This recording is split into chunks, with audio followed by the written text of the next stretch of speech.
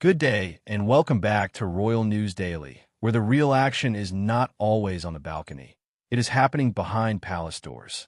Today, we dive into a story that reads like a corporate thriller disguised as monarchy. The Danish royal family has appointed a new communications chief, and the timing could not be more revealing.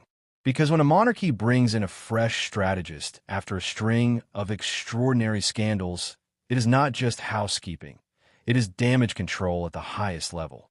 Before we open the palace briefing room, do subscribe to Royal News Daily and click the notifications bell icon. You want to know how royal narratives are crafted before the tabloids even hit the streets. Now, let us set the stage. In recent months, the Danish royal family has faced one headline after another.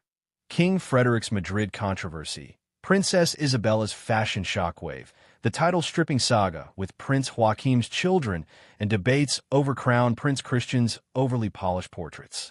Each incident tested public trust, poked at family dynamics, and reminded everyone that monarchy is far from immune to scrutiny. Enter the new communications boss. Think of this appointment like installing a chief strategist in a high-stakes political campaign. The goal is clear: control the story, restore confidence, and make sure every royal smile, wave, or public statement reinforces stability, not speculation. Because in today's media climate, every unscripted moment risks becoming a trending scandal. Transition here, because the palace is no stranger to subtle messaging. Traditionally, Danish royals have relied on discretion and measured appearances. But these recent controversies have shown that discretion alone no longer suffices. Modern audiences demand explanation, engagement, and even a touch of personality. The new communications boss has a delicate task: respect tradition while navigating the digital age's relentless spotlight. Consider this like coaching an orchestra after a few wrong notes. Each family member's public behavior must harmonize. King Frederik's presence, Queen Mary's reliability, Princess Isabella's youthful charm, and Crown Prince Christian's carefully cultivated image. All must be coordinated. One misstep, one poorly timed photo, and the symphony risks turning into chaos. Transition again, because the timing of this appointment is telling. After scandals that threatened to dominate international headlines, the palace realized reactive measures were insufficient. The monarchy needed proactive messaging, someone who could anticipate crises, manage optics, and strategically frame narratives before gossip columns did. This is not just communications. It is modern monarchy survival. The implications go beyond damage control. A strong communication strategy can help the monarchy redefine its image for the 21st century. It signals adaptability, transparency, and self-awareness, qualities essential to maintaining relevance in a society that values both tradition and accountability.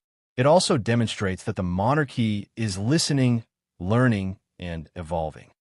But the challenge is enormous.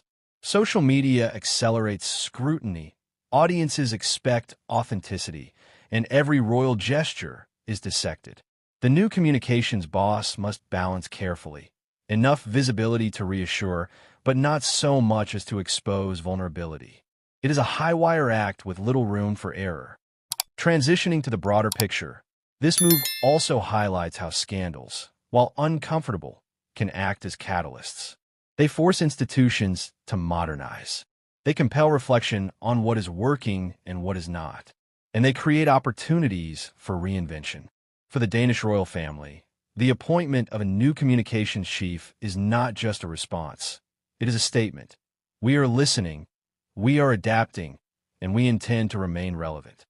In the end, the palace will continue its public duties, but now with a sharper strategy, tighter messaging, and a team dedicated to navigating the treacherous waters of modern media.